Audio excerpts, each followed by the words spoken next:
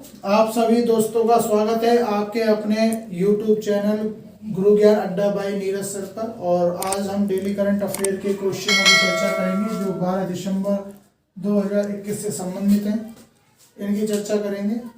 आपको सबसे पहले एक निवेदन है कि आप जब भी वीडियोस देखते हैं तो अपने दोस्तों को या आप खुद भी इस पर अधिक से अधिक कमेंट किया करें। जो क्वेश्चन हम आपके लिए कमेंट करने के लिए छोड़ते हैं उन्हें आप कमेंट किया करें। इसी के साथ देख लेते हैं आज का पहला क्वेश्चन है कि हाल ही में जारी Asia power index 2021 Asia power index 2021 में भारत कौन से स्थान पर है? तो इसमें भारत 4th स्थान पर है। ठीक है, तो लूवी इंटरनेशनल एशिया कौन सी भाई?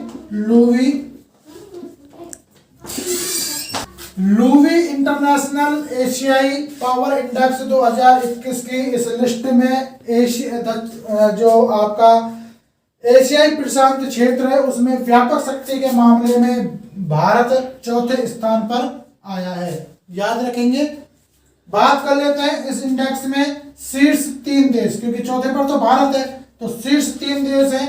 फर्स्ट पे आपका आया है यूएसए, दूसरे पर आपका आया है सेकंड पर चीन यानी कि चाइना, और थर्ड पर आपका आया है जापान। जापान के बाद 4th स्थान पर आपका भारत है। ठीक है भाई, पावर की बात हो रही है, पावर की बात हो रही है तो सीधे मेरे 3 क्वेश्चन याद आते हैं जो इंपॉर्टेंट है। आपको भी पता होना चाहिए कि भारत में कितनी कंपनियां महारत्न की श्रेणी में आती हैं। महारत्न श्रेणी में आती हैं तो भाई 11 कंपनियां आती हैं। कितनी कंपनी? 11 कंपनी। और जो आपकी 11वीं कंपनी है वो है पावर फाइनेंस। 11वीं जो आपकी नई शामिल हुई है 11th वो आपकी हुई है power finance corporation. Power finance corporation ये आपकी 11वीं कंपनी बनी है महारत्न में शामिल होने वाली। इसी के साथ भारत की नवरत्न कंपनियों में श्रेणी में कितनी कंपनियां आती है? 13 कंपनी। कितनी कंपनी आती है भाई? 13 कंपनी। और इसी के साथ भारत की मिनी रत्न श्रेणी की कितनी कंपनियां हैं? यानी कि मिनी रत्न श्रेणी में कितनी कंपनियां आपकी शामिल है? तो 24 कंपनियां इसमें शामिल है। इसी के साथ एक मध्य प्रदेश से क्वेश्चन याद आ रहा है कि देश का पहला राज्य बना है मध्य प्रदेश जिसने साइबर सुरक्षा लागू की है पावर सेक्टर में। यानी कि पावर सेक्टर में साइबर सुरक्षा को लागू करने वाला देश का पहला राज्य आपका मध्य प्रदेश बन गया है। मध्य प्रदेश भाई चर्चा में है काफी दिनों से, और मध्य प्रदेश से बहुत क्वेश्चन आपको देखने को मिल सकते हैं आने वाले एग्जाम में। याद रखना, जैसे कि अभी देश की पहली साइबर तहसील बनाई जाएगी। कौन सी? मध्य प्रदेश के अंदर बनाई जाएगी। याद रखना, किस राज्य में घोषणा की है? मध्य प्रदेश में। ठीक है, वर्तमान में केंद्रीय पावर मंत्री कौन है हमारे? वर्तमान में केंद्रीय पावर मंत्री कौन है? कमेंट करके जरूर बताएं, जरूर आप बताएं कमेंट करके। बाकी मैं भी आपको बता देता हूं, राजकुमार सिंह है। कौन है? राजकुमार सिंह। ये आपके वर्तमान में क्या है? केंद्रीय पावर मंत्री। तो ये क्वेश्चन अपना पूरा है। चलते हैं अगले क्वेश्चन की तरफ। आपका कि हाल ही में फोर्ब्स की दुनिया की 100 सबसे शक्तिशाली महिलाओं की 2021 की सूची जारी हुई है, उसमें कितनी भारतीय महिलाएं शामिल हैं? तो भाई जो 2021 की दुनिया की 100 सबसे शक्तिशाली महिलाओं की सूची फोर्ब्स ने जारी की है, इसमें 4 भारतीय महिलाएं। कौन सी? 4 भारतीय महिलाएं इस सूची में शामिल हैं। कौन कौन सी हैं देख लेते हैं। पहले नंबर पर क्रमवार जो हम 4 महिलाओं की बात कर रहे हैं उस क्रम की बात कर रहे हैं, ना कि इस सूची में पाए हुए स्थान की बात कर रहे हैं। ठीक है, तो पहले नंबर पर आपकी निर्मला सीतारमण है जो वर्तमान में भारत की केंद्रीय वित्त मंत्री हैं, और इस सूची में इनको 37वां नंबर प्राप्त हुआ है। दूसरी महिला है आपकी फाल्गुनी नायर, ये 28वें नंबर पर है, यानी कि 88वें नंबर पर है। और भारत की सबसे धनी और स्वयं निर्मित कंपनी की मालकिन है नायका, इनकी कंपनी है। उसकी ये क्या है भाई, वर्तमान में सीईओ और फाउंडर। ठीक है भाई। तीसरा नंबर जो भारत की महिला को मिला है वो है रोशनी नडार। रोशनी नडार कौन है, एफसीएल की चेयरपर्सन है, और इस सूची में इनको 52वां नंबर मिला है, यानी कि 52 नंबर पर रोशनी नडार है। जबकि चौथे नंबर पर भारत के किरण मजूमदार शो है, और ये बायोकॉन कंपनी है जो दवाइयां बनाती है, बायोकॉन, तो उसके संस्थापक हैं, और इनको इस सूची में 72वां स्थान मिला है।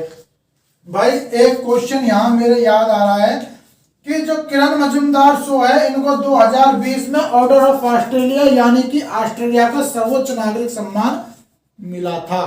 ठीक है भाई, 2020 में ऑर्डर ऑफ ऑस्ट्रेलिया पाने वाली चौथी भारतीय बनी थी ये। इनसे पहले सचिन तेंदुलकर, मदर टेरेसा आदि को ये सम्मान मिल चुका है। ये तो हो गई भारत से के संदर्भ में। अब बात कर लेते हैं कि भाई इस सूची में टॉप 3 कौन है, मतलब शीर्ष 3 पर कौन है। तो देखिए शीर्ष 3 पर जो पहली जो महिला आई है वो है मैकेंजी स्कॉट। मैकेंजी स्कॉट का नाम पिछले साल बहुत चर्चाओं में रहा था भाई। याद होगा आपको, जब जेफ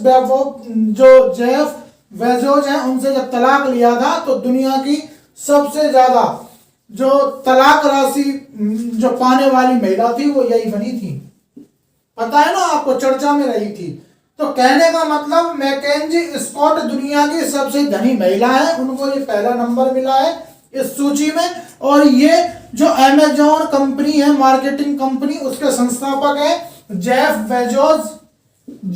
बेजोस। उनकी भाई पूर्व पत्नी है, यानी कि तलाकशुदा पत्नी है। दूसरे नंबर पर रही है आपकी न्यूजीलैंड की प्रधानमंत्री, जिनका नाम है जैसिंडा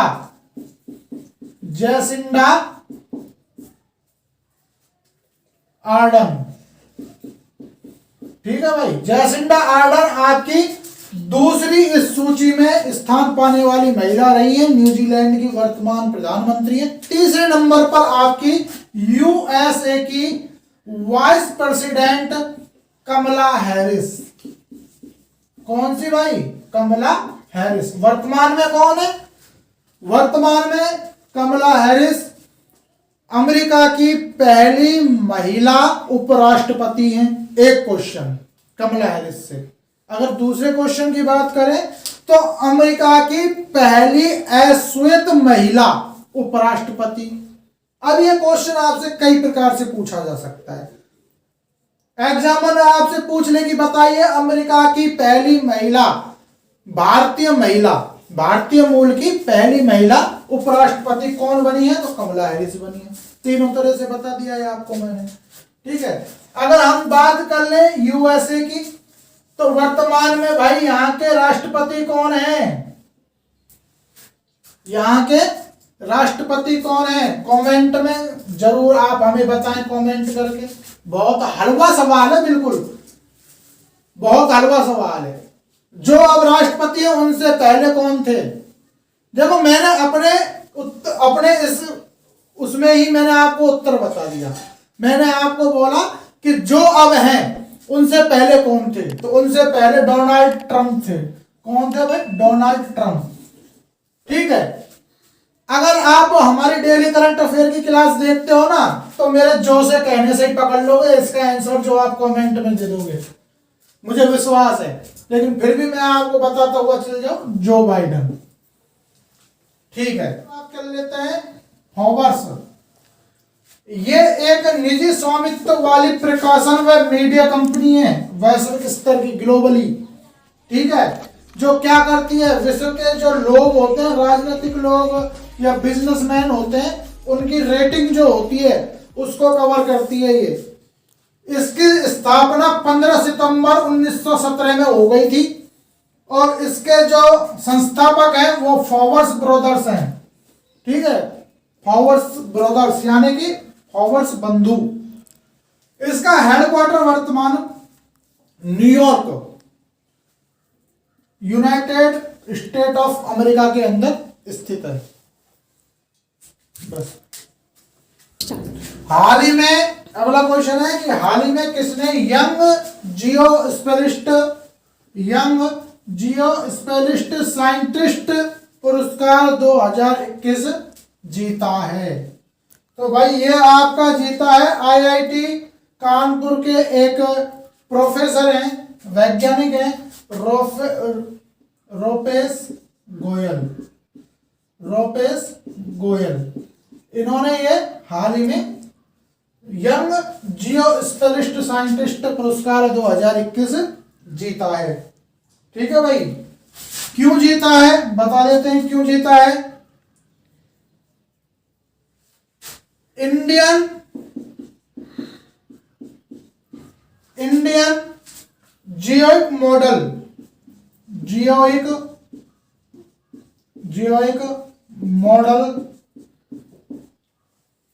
और कंप्यूटेशन सॉफ्टवेयर बनाया था भाई इन्होंने। क्या बनाया था? Computation software. उसके लिए इन्हें ये दिया गया है। ठीक है, आईआईटी कानपुर की बात कर लेते हैं। सबसे पहले आईआईटी कानपुर की स्थापना 1959 में हो गई थी, 1959 में। इसके वर्तमान में चेयरमैन कौन है भाई? इसके वर्तमान में चेयरमैन है के राधाकृष्णन। कौन? के राधाकृष्णन। और वर्तमान में इसके डायरेक्टर की अगर बात कर लें तो इसके वर्तमान में डायरेक्टर है अभय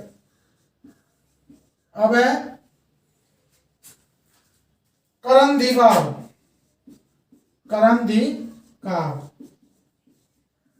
ये इसके वर्तमान में डायरेक्टर हैं। आईआईटी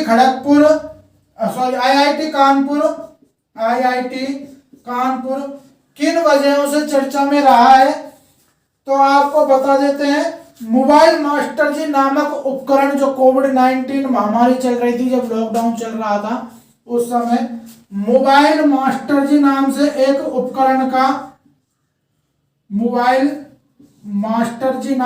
एक उपकरण विकसित किया था भाई इन्होंने। ठीक है, जो स्टूडेंट घर पर बैठे थे उनको पढ़ाने के लिए। एक नंबर। दूसरा नंबर याद रखना कि इन्होंने इमेजिंग लैब, जो ये मोबाइल मास्टर जी है, ये आईआईटी कानपुर की इमेजिंग जो लैब है उस शाखा के द्वारा इसको तैयार किया गया था। आईआईटी शोधकर्ताओं ने डमरू सदृश्य, कौन सी? डमरू सदृश्य आकार वाली जाली को विकसित किया था। तो ये जो इंपॉर्टेंट क्वेश्चन है ये आपको इसके साथ में याद रखने हैं। ये आपका स्टैटिक जीके आईआईटी कानपुर से संबंधित हो गया। और बाकी यंग जियोस्पेलिस्ट साइंटिस्ट पुरस्कार 2021 रोपेश गोयल ने जीता है, ये आप याद रखेंगे। अगला क्वेश्चन है भाई आपका कि हाल ही में 2021 के जो राष्ट्रमंडल भारोत्तोलन चैंपियनशिप हो रही है, इसमें महिलाओं के 49 किलोग्राम भार वर्ग में किसने स्वर्ण पदक जीत लिया है? तो ये जीत लिया है आपकी झीली दाल बेहड़ा। किसने? झीली दाल बेहड़ा ने ये 49 किलो भार में स्वर्ण पदक जीत लिया है। भाई बात कर लेते हैं इस राष्ट्रमंडल खेल की, कहां आयोजित हो रहा है भाई? ये आपके उज्बेकिस्तान की जो राजधानी है ताशकंद, यहां पर ये आयोजित हो रहा है। कब से कब तक चलेगा? 7 दिसंबर से 17 दिसंबर तक। ठीक है भाई, ये 2 पॉइंट आप इस क्वेश्चन से याद करेंगे। इसके साथ ही एक इसमें रिलेट करके आपको बता देता हूं एक शख्स का नाम, जिनका नाम है संकेत महादेव। संकेत महादेव, भाई ये संकेत महादेव कौन है? इन्होंने इसी राष्ट्रमंडल भारोत्तोलन प्रतियोगिता यानी कि चैंपियनशिप में 55 किलोग्राम श्रेणी में, कितने? 55 किलोग्राम श्रेणी वर्ग में जो पुरुषों की चैंपियनशिप हुई थी उसमें स्वर्ण पदक यानी कि गोल्ड मेडल जीता है। ठीक है भाई, तो ये दोनों नाम आपको इसी करंट के हैं, इसी में जोड़कर याद रखने हैं। देखो भाई, भारोत्तोलन की बात हो रही है तो मीराबाई चानू का नाम तो आपको स्पेशली याद रखना ही पड़ेगा, मीराबाई चानू। ठीक है भाई, कौन है मीराबाई चानू? जो टोक्यो ओलंपिक हुआ था ना, टोक्यो ओलंपिक 2020, इसमें पहला भारत को पदक दिलाने वाली भारोत्तोलन चैंपियन थी, जिन्होंने कौन सा पदक दिलाया था? रजत पदक यानी कि सिल्वर मेडल, ये इन्होंने भारत को दिलाया था और ये 49 किलोग्राम में दिलाया था, 49 किलोग्राम वर्ग में दिलाया था भाई।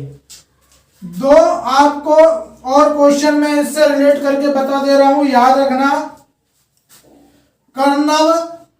कर्णव मलेश्वरी, इनका नाम स्पेशली याद रखना, स्टैटिक जीके का क्वेश्चन है भाई, स्टैटिक जीके का क्वेश्चन है ये।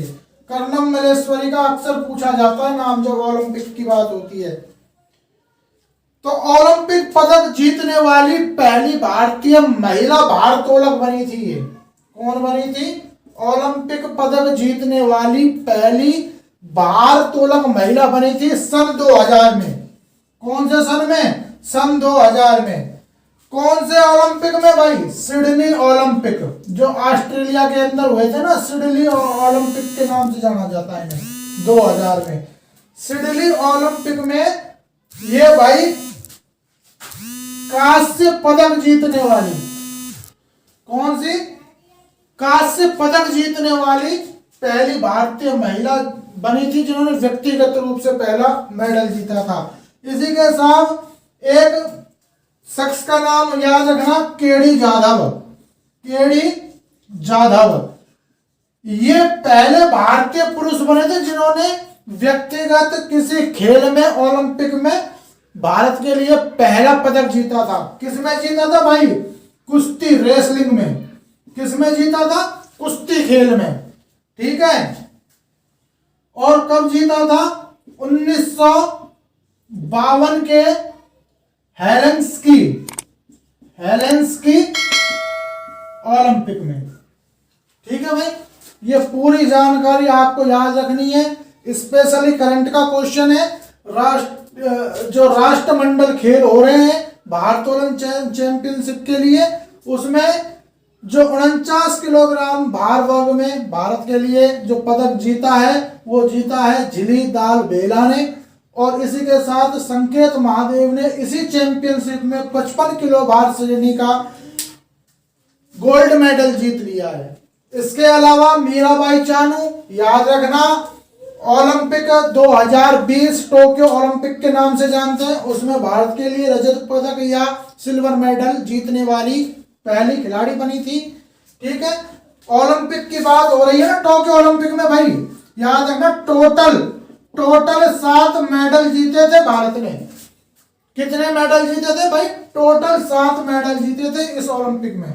ठीक है, इसमें अगर स्वर्ण पदक की बात करें ना, स्वर्ण पदक यानी कि गोल्ड मेडल किसने जीता? तो आपके नीरज चोपड़ा ने। किसने जीता भाई? नीरज चोपड़ा ने जीता था भाई। ठीक है, कहां के हैं? हरियाणा, पानीपत। कहां के हैं? पानीपत, हरियाणा। किस खेल से संबंधित हैं? भाला फेंक, जेवलिन थ्रोकर हैं। ठीक है भाई, भाला फेंक याद रखना। 2 स्टैटिक जीके के क्वेश्चन बता चुका हूं। कर्णव मलेश्वरी का नाम ध्यान रखना, सन 2000 में जो सिडनी ओलंपिक हुए थे उसमें भारत के लिए व्यक्तिगत खेल स्पर्धा में भारोत्तोलन में जो खेल का नाम था इनका भारोत्तोलन था, उसमें कौन सा कांस्य पदक यानी कि इसको बोलते हैं हम ब्रॉन्ज मेडल जीतने वाली पहली भारतीय महिला केडी जाधव का नाम रखना, याद रखना। भारत के लिए जो व्यक्तिगत खेल स्पर्धा है उसमें कुश्ती के खेल में पहला मेडल जीता था इन्होंने 1952 में हेलेंसिकी ओलंपिक में। इतनी जानकारी याद रखना। अगला क्वेश्चन है भाई कि हाल ही में दिसंबर 2021 में आरबीआई यानी कि रिजर्व बैंक ऑफ इंडिया की जो मौद्रिक नीति समिति आई है, यानी कि जो मौद्रिक नीति समिति है उसने आप ट्रिपल आर का मतलब होता है रिजर्व रेपो रेट की कितनी प्रतिशत दर बरकरार रखने की घोषणा की है या फैसला किया है भाई। तो याद रखना 3.35%।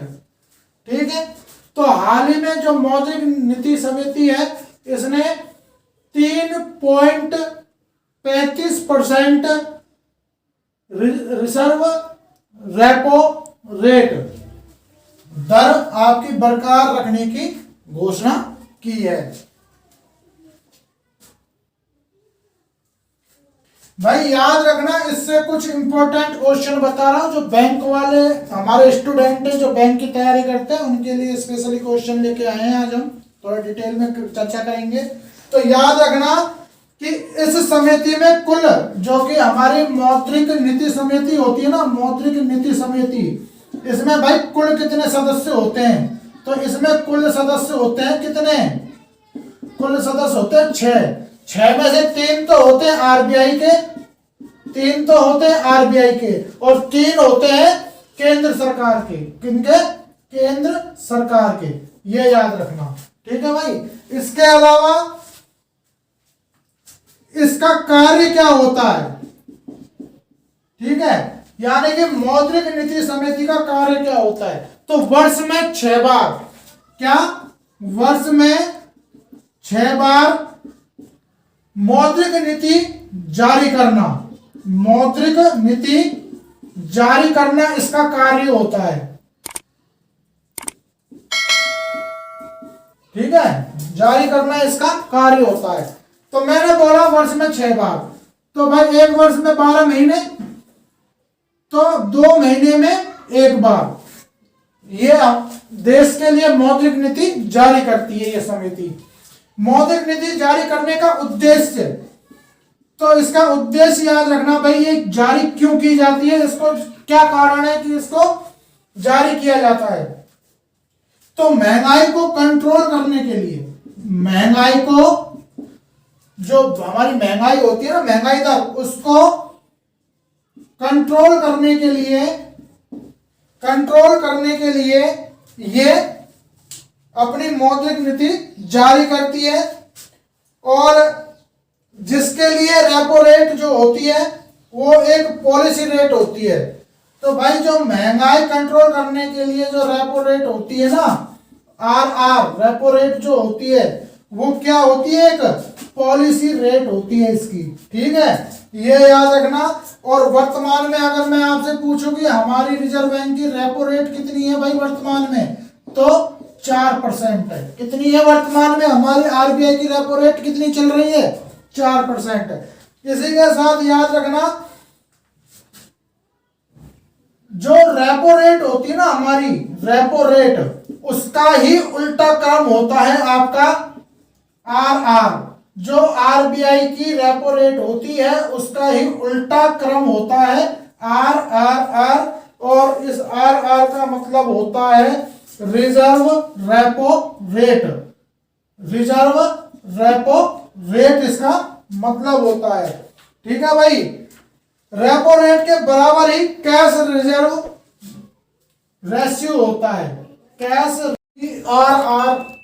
और वर्तमान में हमारी सीआरआर कितनी है भाई? 4% है। कितनी है? 4%। यानी कि जो हमारा वर्तमान में कैश रिजर्व रेशियो है वो हमारा 4% है। इसी के साथ हमेशा एक चीज याद रखना, SLR, और SLR हमारा अभी वर्तमान में कितना चल रहा है भाई रिजर्व बैंक का, SLR चल रहा है 18%। कितना परसेंट? 18%। तो देखिए क्वेश्चन को समझने की कोशिश करना, थोड़ा ध्यान देना बात पे कि हमेशा जो हमारी रेपो रेट, जो हमारी बैंक रेट होगी वो सबसे अधिक होगी बैंक रेट, फिर इससे कम होगी आपकी रेपो रेट, और इससे कम होगी आपकी RRR यानी कि रिजर्व रेपो रेट।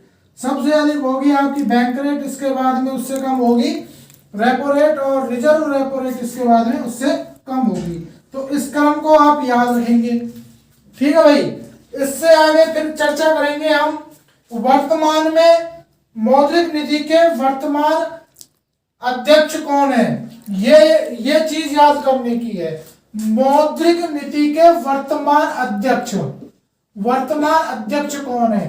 तो भाई एक चीज याद रखना, जैसे नीति आयोग के हमेशा अध्यक्ष भारत के प्रधानमंत्री ही होंगे, जो उस समय प्रधानमंत्री होगा वही नीति आयोग का अध्यक्ष होगा। इसी तरह से जो वर्तमान में जो RBI के गवर्नर होंगे वो ही इस आयोग यानी कि इस समिति के अध्यक्ष होंगे। तो शक्तिकांत दास इस समय हमारे जो 25वें गवर्नर है रिजर्व बैंक के, वो ही इसके मौद्रिक नीति समिति के क्या है भाई अध्यक्ष हैं। याद रखना वर्तमान अध्यक्ष कौन है, मौद्रिक नीति समिति के शक्तिकांत दास, जो कि कौन से क्रम के हैं 25वें RBI के गवर्नर है। इसी के साथ याद रखना कि भाई जो भारत की मौद्रिक नीति आई थी ना, इसकी स्थापना किस समिति की सिफारिश पर की गई थी, ठीक है। इसकी स्थापना किस समिति की सिफारिश पर हुई थी भाई, तो उर्जित पटेल समिति की सिफारिश पर इसकी स्थापना की गई थी। उर्जित पटेल, ये वही उर्जित पटेल है जो शक्तिकांत दास से पहले RBI के 24वें गवर्नर थे, ठीक है भाई, याद रखना। और ये उर्जित पटेल का नाम वैसे भी याद रखना कि 2016 में जब हमारे देश में नोटबंदी हुई थी, उस समय उर्जित पटेल ही हमारे RBI के गवर्नर थे, याद रखना। ये बहुत से जो जैसे दिल्ली पुलिस है, राजस्थान पुलिस है, उत्तर प्रदेश पुलिस है, इसी के साथ कुछ जो छोटे लेवल के पेपर हैं जैसे हाई कोर्ट वगैरह के हैं, उनमें ये क्वेश्चन बहुत बार SSC ने भी पूछा है कि भाई जब नोटबंदी हुई थी 2016 में, उस समय हमारी RBI के गवर्नर कौन थे। तो याद रखना 24वें गवर्नर थे कौन, उर्जित पटेल, और वही उस समय हमारे गवर्नर थे नोटबंदी के समय। उर्जित पटेल का नाम एक चीज के लिए भी ध्यान रखना कि इन्होंने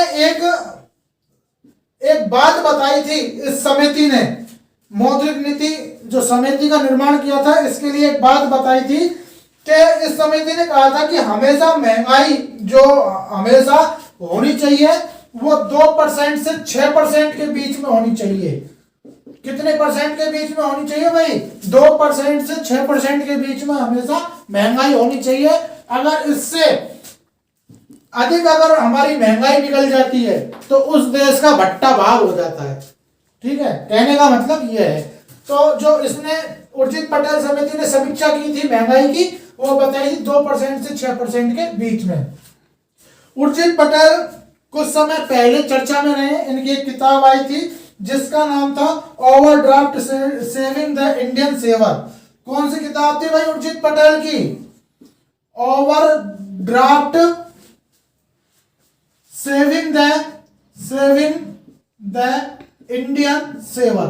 यह किताब का नाम याद रखना, उर्जित पटेल की है, इस वजह से चर्चा में रहे हैं। इसी के साथ आपको अब हम रिजर्व बैंक की बात बता देते हैं, थोड़ा मिटा लेते हैं, जगह की प्रॉब्लम है।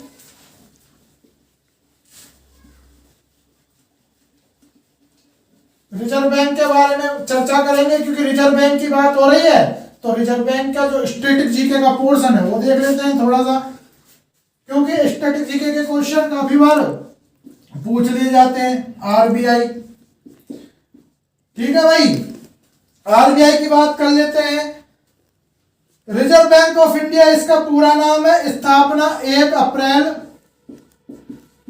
1935 में हुई थी। और इसका जो भाई अभी वर्तमान हेडक्वार्टर है कहाँ है, मुंबई में है। ठीक है, वर्तमान गवर्नर की बात कर ले, वर्तमान गवर्नर है कौन से, शक्तिकांत दास। कौन से क्रम के गवर्नर है भाई, 25वें। ठीक है, इसी के साथ ध्यान रखना शक्तिकांत दास है भाई, वो अभी वर्तमान में 15वें वित्त आयोग के क्या हैं, सदस्य हैं। 15वें वित्त आयोग के सदस्य भी है भाई ये। ठीक है, ये याद रखना है। इसके साथ ही आरबीआई का जो लोगो होता है उसमें जो पेड़ होता है वो ताड़ का, प्लम ट्री, ताड़ का वृक्ष उसका सिंबल में है। ठीक है, ये भी स्टैटिक जीके का क्वेश्चन है, बहुत बार पूछा गया है एसएससी द्वारा। आरबीआई के लोगो में कौन सा पशु दर्शाया गया है, तो Bengal tiger, royal Bengal tiger इसमें दर्शाया गया है। ठीक है भाई, आरबीआई के पहले भारतीय गवर्नर कौन थे भाई, पहले फर्स्ट इंडियन गवर्नर आरबीआई के कौन थे भाई, बताओ। सीडी देशमुख। एसएससी ने बहुत बार पूछा है कि जो पहले ब्रिटिश गवर्नर बने थे आरबीआई के वो कौन थे, ऑनबोर्न स्मिथ। कौन थे, ऑनबोर्न स्मिथ।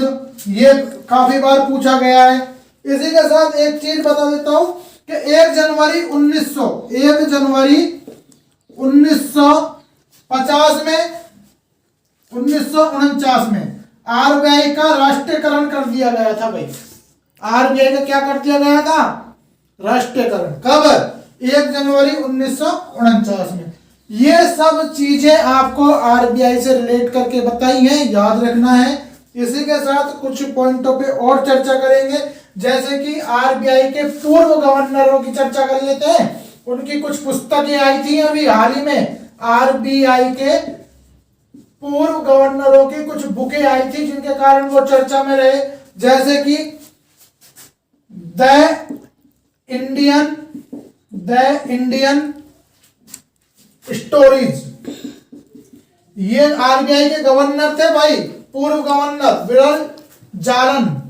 विमल जालन। ठीक है भाई, उनकी ये पुस्तक आई थी। इसी के साथ विरल आचार्य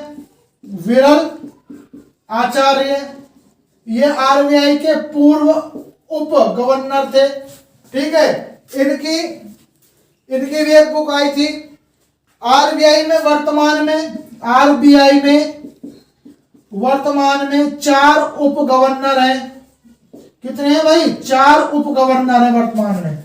कौन कौन से हैं, एम के जैन हैं, दूसरे आपके माइकल जे पात्रा, तीसरे हैं एम के राजेश्वर और चौथे हैं टी रविशंकर। टी रविशंकर आपको याद रखना है क्योंकि नई नियुक्ति है। टी रविशंकर आपको क्या करना है भाई, याद रखना है। क्यों याद रखना है, क्योंकि इन्होंने जो आरबीआई के आपके वीपी कानून गो इनका स्थान लिया है। अभी हाल ही में नई नियुक्ति है तो इसलिए इंपॉर्टेंट हो जाता है। ठीक है, ये आपको याद रखना है। आरबीआई के बारे में कुछ और बिंदुओं पे बात कर लेते हैं जो हाल ही में चर्चा के रहे, जैसे कि आरबीआई ने कहा है कि जो 15 सालों के बाद बैंकों के प्रमोटर हैं उनकी जो हिस्सेदारी है उसकी राशि को बढ़ाकर, उसकी सीमा को बढ़ाकर 15% से 26% कर दिया गया है। ठीक है, ये पॉइंट याद रखना है। दूसरा पॉइंट याद रखना है कि हाल ही में आरबीआई के इनोवेशन हब में चीफ जो टेक्नोलॉजी ऑफिसर बने हैं अमित सक्सेना। कौन बने भाई, अमित सक्सेना बने। अमित सक्सेना का नाम याद रखना है। इसके साथ ही तीसरा पॉइंट इंपॉर्टेंट और बता देता हूं, पद्म कुमार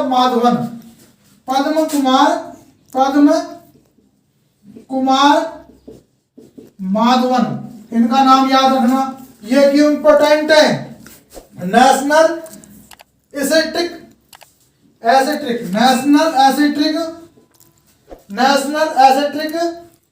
इंस्ट्रक्शंस कंपनी के पहले एमडी सीईओ बने भाई, एमडी सीईओ। एमडीसीओ बने हैं भाई, याद है। तो ये सब चीजें आपको आरबीआई से याद रखनी है। अगला क्वेश्चन देख लेते हैं। क्वेश्चन है भाई आपका कि हाल ही में अंतरराष्ट्रीय भ्रष्टाचार विरोधी दिवस कब मनाया गया? तो ये आपको मनाया गया है 9 दिसंबर को, ठीक है। तो हाल ही में 9 दिसंबर को अंतरराष्ट्रीय भ्रष्टाचार विरोधी दिवस मनाया गया है। क्यों मनाया गया है? भ्रष्टाचार के खिलाफ जागरूक रहने के लिए, ठीक है भाई। जो भ्रष्टाचार है उसके खिलाफ जागरूक रहने के लिए 9 दिसंबर को अंतरराष्ट्रीय भ्रष्टाचार विरोधी दिवस मनाया गया है। इंपॉर्टेंट रहेगी थीम 2021 कि 2021 में जो इसका मनाया गया है, आयोजन किया गया था, इसकी थीम क्या थी? तो इसकी थीम थी कि आपका अधिकार,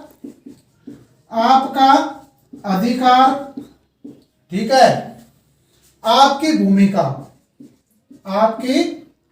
भूमिका, भ्रष्टाचार को ना कहें,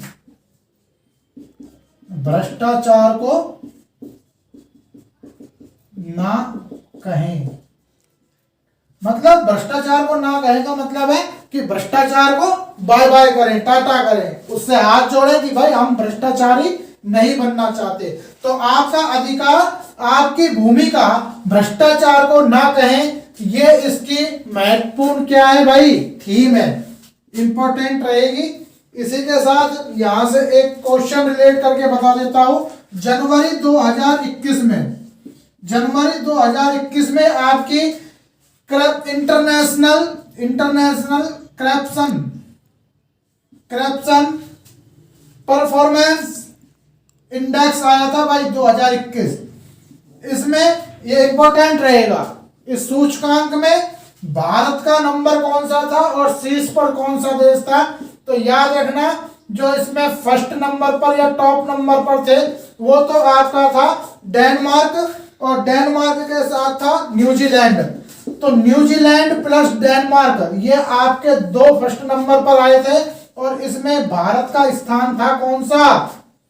भारत का स्थान था इसमें 86वां, यानी कि 86वां। तो ये क्वेश्चन याद रखना है। अब आपको फटाफट से बता देते हैं कि हमने दिसंबर में कौन कौन से दिवस मनाए हैं।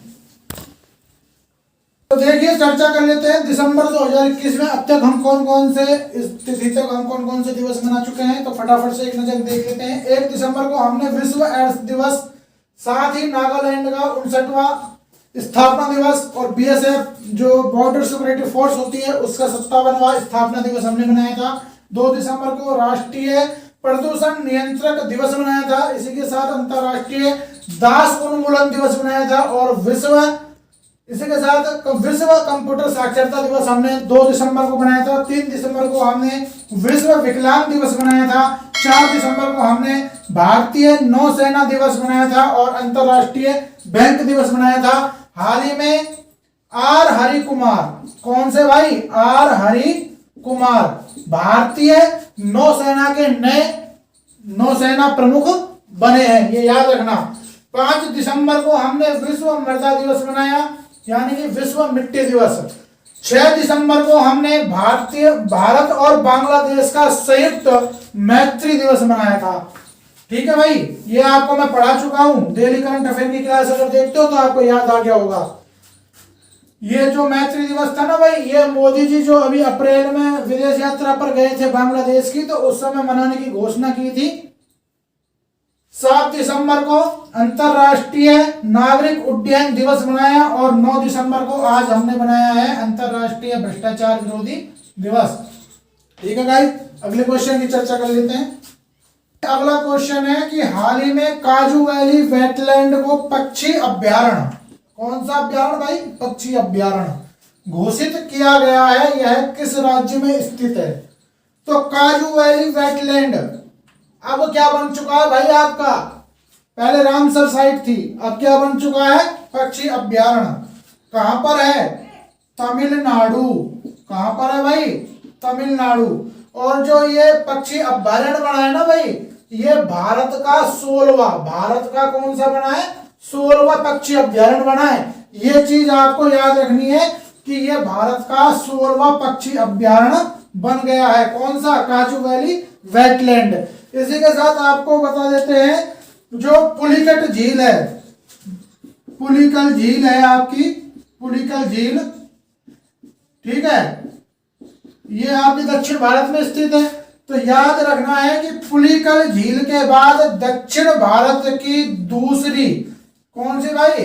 दक्षिण भारत की दूसरी खारे पानी की सबसे बड़ी झील जो है काजू वैली वेटलैंड है, ठीक है, काजू वैली झील है। इसी के साथ आपको बता देते हैं कि वर्तमान में भारत में कुल रामसर साइट कितनी हो गई हैं। भारत में अब तक कुल रामसर साइट कितनी हो गई है भाई? 47 हो गई है। कितनी हो गई है? 47। आपकी 42वीं कौन सी थी भाई? आपकी 42वीं थी लेह नहीं, लद्दाख आएगा। लद्दाख की तसोकर झील, तसोकर झील भाई, ये जो तसोकर झील है ना लद्दाख स्थित, ये आपकी 42वीं थी।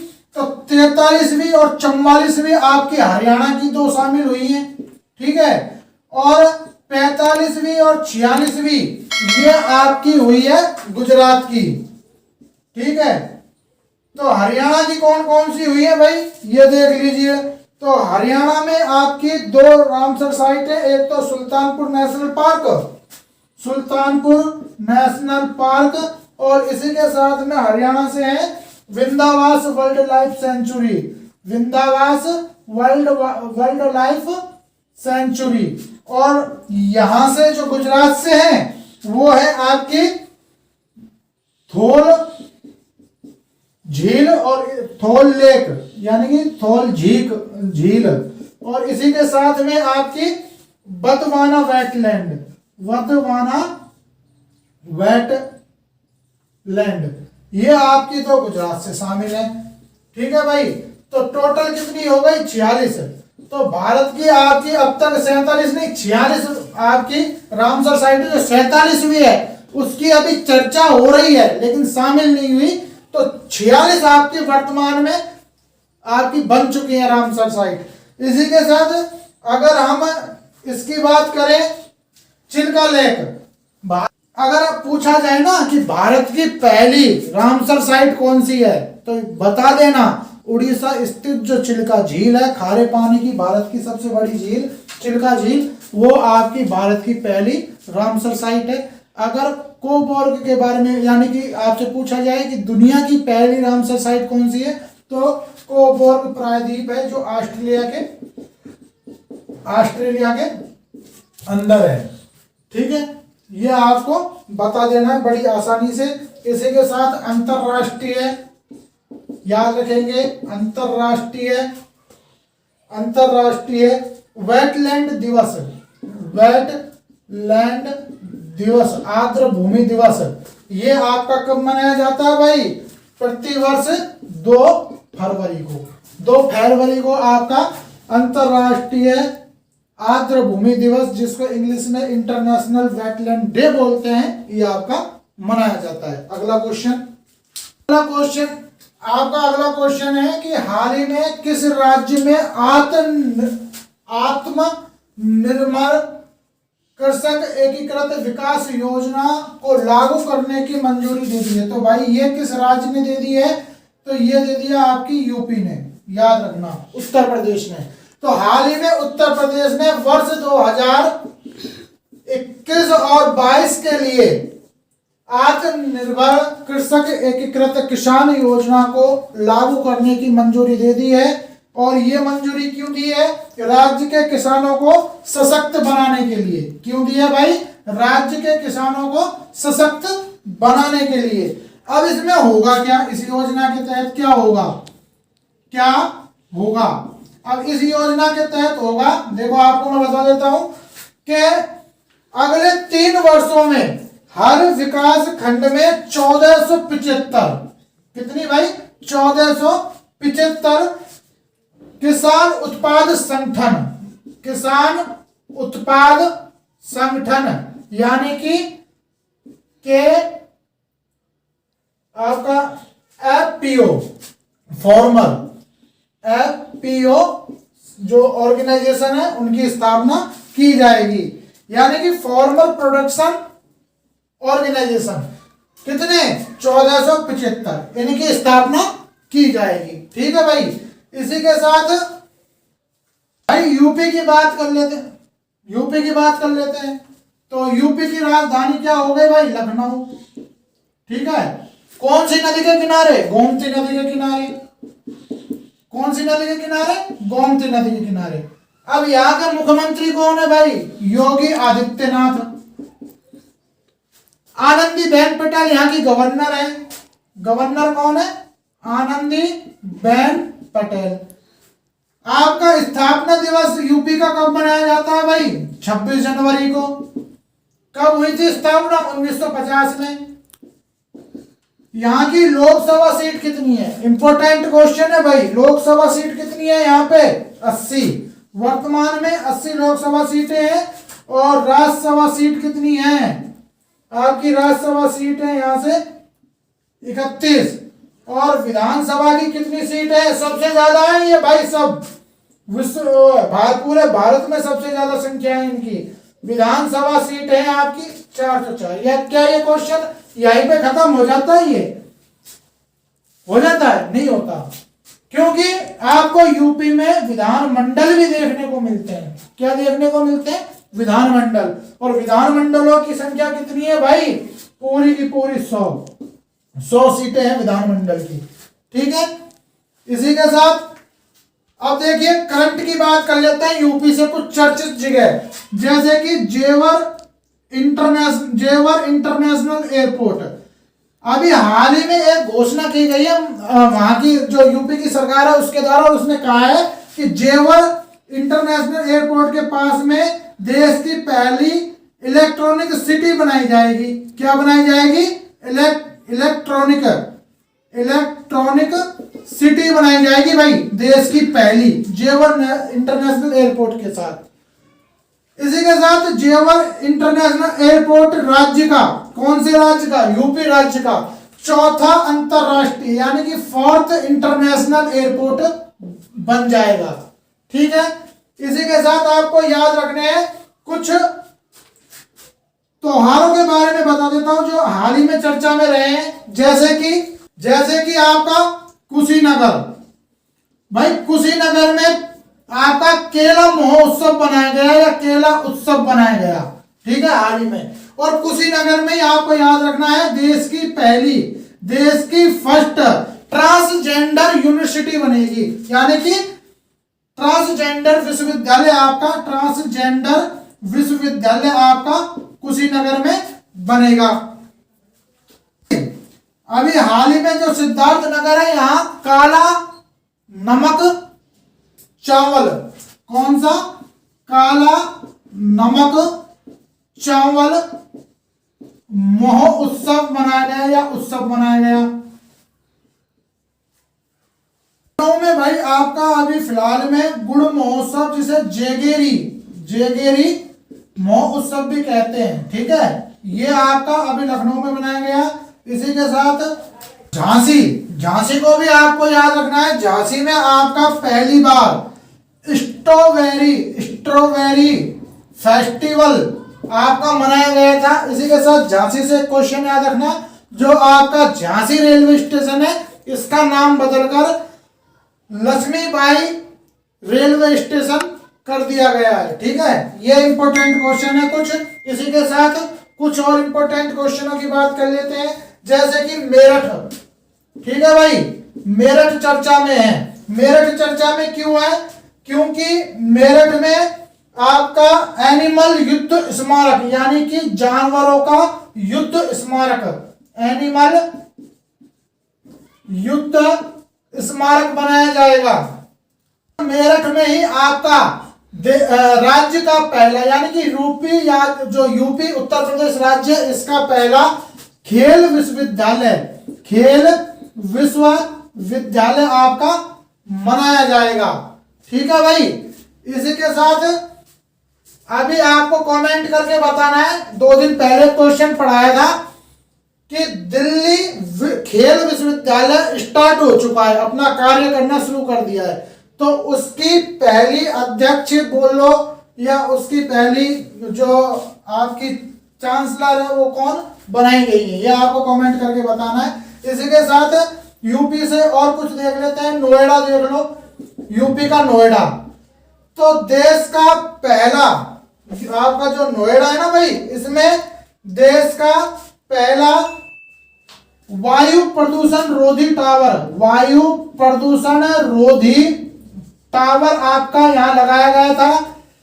आपके नोएडा में ही देश की पहली पुलिस विश्वविद्यालय आपका बनेगा। और नोएडा के अंदर ही योगी आदित्यनाथ ने घोषणा करी थी, कब? जब आपके एक सुशांत राजपूत नाम के जो अभिनेता थे, जब उनकी डेथ हो गई थी, तो उसी समय उन्होंने घोषणा करी थी कि देश की दूसरी जो सबसे बड़ी फिल्म सिटी है वो आपकी नोएडा यूपी के अंदर ही बनाई जाएगी। ठीक है, तो ये 3 क्वेश्चन नोएडा से। साथ में वाराणसी को देख लो। वाराणसी अभी कुछ दिनों पहले मैंने आपको क्लास में बताया था कि वाराणसी में देश की पहली यातायात रोपवे सेवा शुरू कर दी गई है। ठीक है भाई, इसी के साथ आपको एक और बता देता हूं मैं, वन डिस्ट्रिक्ट आपकी एक योजनाओं की बात कर लेते हैं। ठीक है, अलग से ही बता देता हूं, कुछ योजनाओं के बारे में बात कर लेते हैं। यूपी की कुछ योजनाएं आपको मैं बता देता हूं। यूपी की कुछ योजनाओं की बात कर लेते हैं, आपको मैं फटाफट से बता देता हूं। मातृभूमि योजना, अनूठी उपहार योजना, सस्ती किराया आवास योजना, आत्मनिर्भर कृषक समन्वित विकास योजना, इसी के साथ मुख्यमंत्री माटी कला योजना और विश्वकर्मा श्रम योजना। ये सारी की सारी योजनाएं आपकी यूपी के सरकार के द्वारा चलाई गई हैं, जो चर्चा का पॉइंट रही है किसी ना किसी को माध्यम से। तो ये आपको इंपॉर्टेंस याद करनी है। एक इंफॉर्मेशन इस योजनाओं से दे देता हूं कि हाल ही में जो भी अभी एग्जाम हुए हैं आपके, चाहे किसी भी राज्य स्टेट के हों या केंद्र के हों या एसएससी के, उनमें ये योजनाएं पूछी गई हैं। ये योजनाएं मैंने आपको सिर्फ वही बता रहा हूं जो आपके किसी ना किसी एग्जाम का पार्ट हाल ही में बनी है। इसी के साथ एक आपका अभियान था वन डिस्ट्रिक्ट वन प्रोडक्ट। ये अभियान आपका यूपी ने चलाया था और इसकी जो वर्तमान में ब्रांड एम्बेसडर बनाई थी वो बनाई थी आपकी कंगना रनौत, जो आप